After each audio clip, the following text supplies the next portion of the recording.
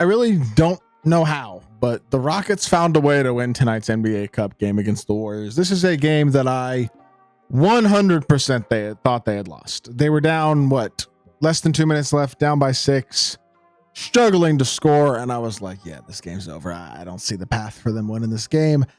And somehow, some way, they just got stop after stop, made play after play, made a couple shots, and found a way to win this game down the stretch. I don't know if I've ever seen a Draymond Green, Steph Curry two-man game as boxed as it was the last couple possessions offensively for the Warriors. Didn't even get a shot off in the final seconds of the game as well. They had 3.5 seconds left.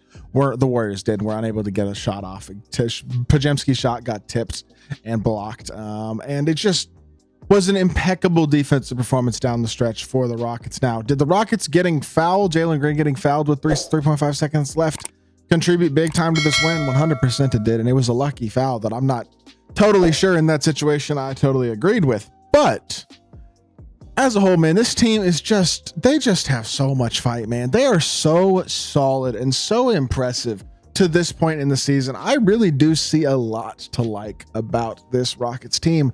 My question really is, though, I have one real hesitancy that prevents me from keeping the Rockets in that top tier title contenders. Who's the guy? Who's the guy on this team? And I think we got to talk about it more in this video because, look, there is a lot of great about this Rockets team, a lot of things you can praise, but I have one serious question for this team. And that question is, who's the guy? Who's the guy who's going to get the ball down the stretch in a playoff game that you can trust to go get you a bucket? Who's the guy who you feel confident with the ball in their hands? They're not going to make a mistake. They're going to create a good shot for themselves and their teammates, and they're going to give you the best chance to win offensively. They don't have that guy. Maybe it's Alperen Sengun. I feel like that's the one you can argue, but there is way too much Fred VanVleet step back threes, way too much Jalen Green terrible shot selection, way too much Jabari Smith bricks off the side of the rim. No offense. I actually really like Jabari Smith as a player. I really do, and I think VanVleet's a great veteran leader for this team. I'll talk about Jalen Green more in this video as we progress, but I have some real concerns with this Rockets team. I really do. And it makes me wonder, despite the impressive defensive ability and the impressive winning percentage of this team, 17-8, really impressive, resilient win tonight against the Warriors, puts them in tied for second seed in the Western Conference. They will now advance to play the Thunder on Saturday night in the semifinals of the NBA Cup. If they win that, they will play the finals next Tuesday against I guess the winner of the Eastern Conference. But point being, they are the 2 seed in the West right now. They have the basically third best net rating in the West. Pretty much them and the Mavericks are tied for the third best net rating in the West. And I actually do think they're a really good team. I mean, they are incredible defensively, probably the second best defensive team in basketball after the Thunder. But the thing that the Thunder have that the Rockets don't have is Shai Gilgeous-Alexander. The Rockets don't have a player like that, period. There's nobody on that roster who I feel like is a go-to 100% confident scorer down the stretch. It's a lot of shared scoring load for this team. I mean, they have 1, 2, 3, 4, 5, 6, 7 guys averaging in double figure points in their rotation on a night-to-night basis. And those are the 7 guys, by the way, for this team right now. I mean, Steven Adams will have a role at times, but it's not the role he used to have at all in this league. Jock Landale, no. Cam Whitmore's struggled massively this season. He's played well in the G League. He's the guy who I could see potentially getting back involved in this rotation. Also, Reed Shepherd as a guard off the bench makes sense as a guy who could become a contributor. Aaron Holiday played decently. He played 12 minutes. Now, he didn't play significant minutes, but they basically have a 7-man rotation and are going to have to find an 8th guy realistically, or if injuries happen, they're going to have to rely on some guys who are basically out of their rotation right now. But at the end of the day, it's Fred, Jalen, Dylan Brooks, Sengun, Jabari Smith, Tari Eason, and Amen Thompson, the Terror Twins, are basically the key to this rotation. And all of those guys are plus defenders, with the exception of maybe Jalen Green. All of those guys play really hard. The problem is when you look at this team, who's the shooter? You know what I'm saying? Sengun's a 25% three-point shooter on low attempts. Jabari Smith is 35%. He has not developed into the shooter people were hoping it would be. Jalen Green's in his 4th or 5th season at this point and still shooting super inefficient.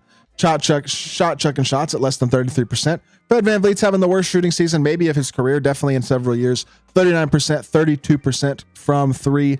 The beautiful thing about VanVleet is he's 6 assists to only 1.2 turnovers a game. A 5-to-1 assist to turnover ratio is an awesome thing, and it's a big addition, or not a big addition, but it's a big asset for this team to have that type of veteran leadership at the point guard position. The problem is he, despite that, should not be the guy closing a game. Jalen Green, with his decision making and his questionable shot selection and lack of efficiency, is not a guy you want closing the game offensively. Sengun is great in general, but his efficiency's been way down this year. I mean, his efficiency is really honestly pretty poor this year.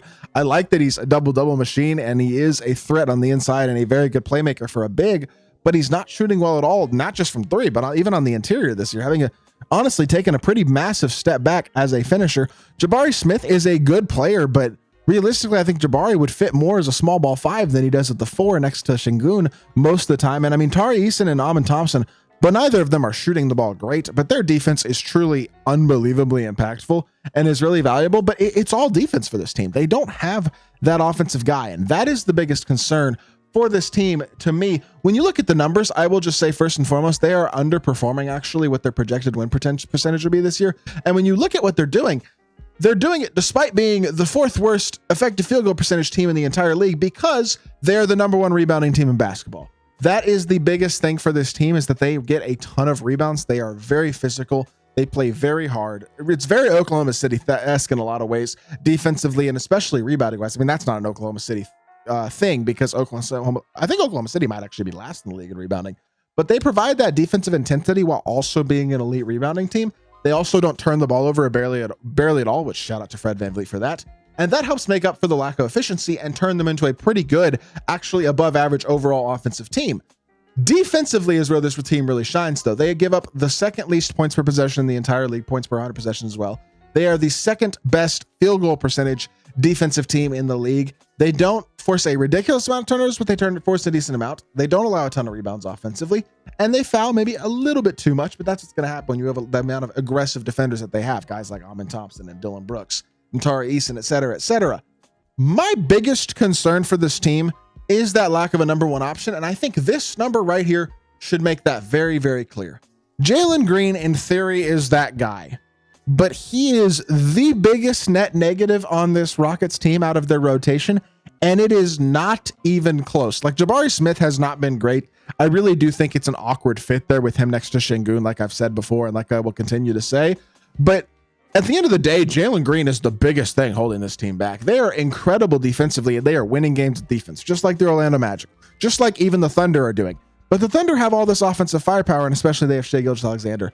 The Rockets don't have that, and that's what worries me about their ability to truly contend down the stretch in games this season. And Jalen Green either has to be better or needs to be traded. One of the two. That is my conclusion with the Rockets.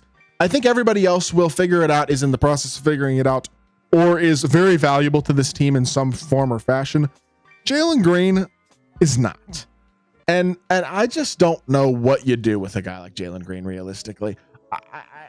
He plays a ton of minutes. He's a big piece. He's an exciting, popular young star in a lot of ways. And yet, he's not at all a star. He's the net negative. Like, he's a very overrated player by the casual fan, I would say. And just, in order for the Rockets to be contenders, they both have to find a #1 option and find a way to either make Jalen Green a useful NBA player or get rid of him. One of the two.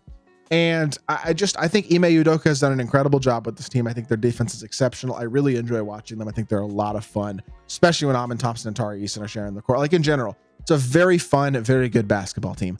But they're going to have to figure out that #1 option stuff, and they need more out of Jalen Green if they want to be thought of as a serious title contender. With that being said, that's going to do it for this video. I hope y'all did enjoy. If you did, make sure you hit that like button, leave a comment, and subscribe.